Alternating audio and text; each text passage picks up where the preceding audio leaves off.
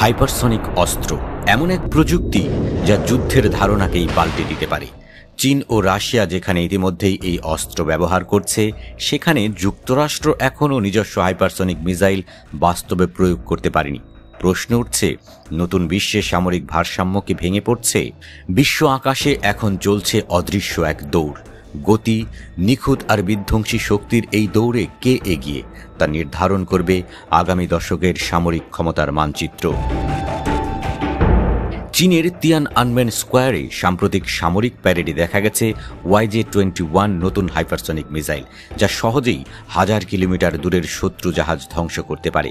অন্যদিকে রাশিয়া ইতোমধ্যেই যুদ্ধক্ষেত্রে ব্যবহার করেছে তাদের ত্রিস্কোণ মিসাইল, যার গতি শব্দের চেয়েও 8 গুণ বেশি।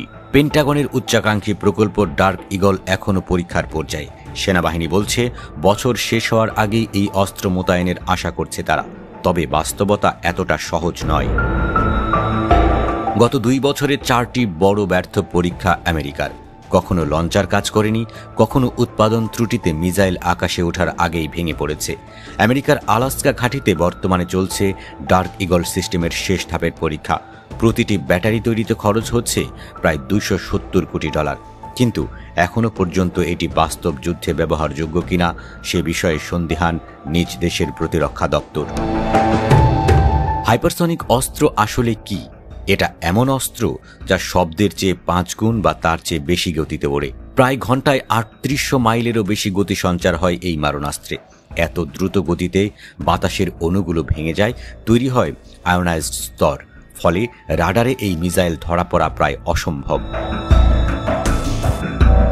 এই অস্ত্রের 2টি ধরন আছে, গ্লাইড ভেহিকেল এবং ক্রুজ মিসাইল।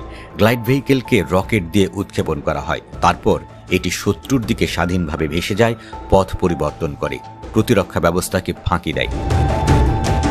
2024 সালে ইউক্রেন দাবি করে রাশিয়া কিয়েভে হামলার সময় ব্যবহার করেছে হাইপারসনিক মিসাইল। নৌ ও স্থল উভয় লক্ষ্যবস্তুতে আঘাত হানতে সক্ষম এই ক্ষেপণাস্ত্র। এমনকি ইয়েমেনের হুথি বিদ্রোহীরাও দাবি করেছে তারা ইসরায়েলের দিকে নিক্ষেপ করেছে নিজেদের তৈরি হাইপারসনিক ক্ষেপণাস্ত্র, যদিও ইসরায়েল এই দাবি অস্বীকার করে আসছে। শুধু বড় পরাশক্তিগুলো নয়, জাপান, ভারত, অস্ট্রেলিয়া, এমনকি উত্তর কোরিয়াও বিনিয়োগ করছে হাইপারসনিক প্রযুক্তিতে। ইরানও 2023 সালে ফাত্তাহ নামের নিজেদের প্রথম হাইপারসনিক মিসাইল উন্মোচন করে। যুক্তরাষ্ট্রের সাবেক সেনাপ্রধান জেনারেল মার্ক মিলি একবার বলেছিলেন, চীনের হাইপারসনিক পরীক্ষাগুলো একেবারে স্পুটনিক মোমেন্ট, যেমন সোভিয়েত ইউনিয়ন একসময় মহাকাশে প্রথম উপগ্রহ পাঠিয়েছিল। বিশেষজ্ঞরা বলছেন, এখনকার হাইপারসনিক প্রতিযোগিতা হচ্ছে ভবিষ্যতের শীতল যুদ্ধের সূচনা, কারণ এমন অস্ত্রের বিরুদ্ধে প্রতিরক্ষা গড়ে তোলা প্রায় অসম্ভব। যুক্তরাষ্ট্র দাবি করছে তাদের অস্ত্রগুলো পারমাণবিক নয়, বরং কনভেনশনাল বা সাধারণ বোমা বহন করবে। কিন্তু সমস্যা হলো, আকাশে উড়ন্ত অবস্থায় কেউই বুঝতে পারে না সেই মিসাইলে পারমাণবিক ওয়ারহেড আছে কিনা। এই অনিশ্চয়তায় বাড়াচ্ছে ভয় আর ঝুঁকি বাড়াচ্ছে ভুল হিসাবে।